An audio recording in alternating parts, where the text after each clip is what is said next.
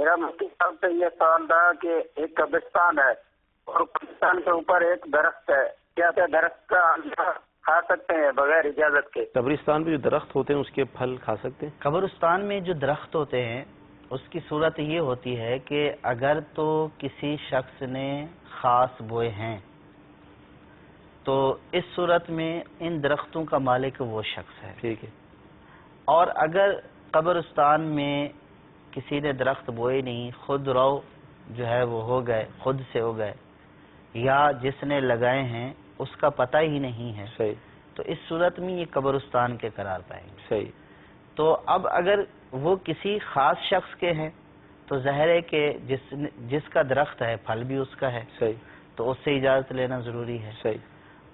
اور اگر یہ وقف کے ہیں اور وہ پھلدار ہیں تو پھر اس کا پھل بھی وقف کے لیے ہے، صحیح، اس کے پھلوں کو بیچ کر قبرستان کی جو ہے وہ تعمیر ترقی کے اوپر اس کو خرچ کیا جائے گا۔ صحیح، ٹھیک ہے۔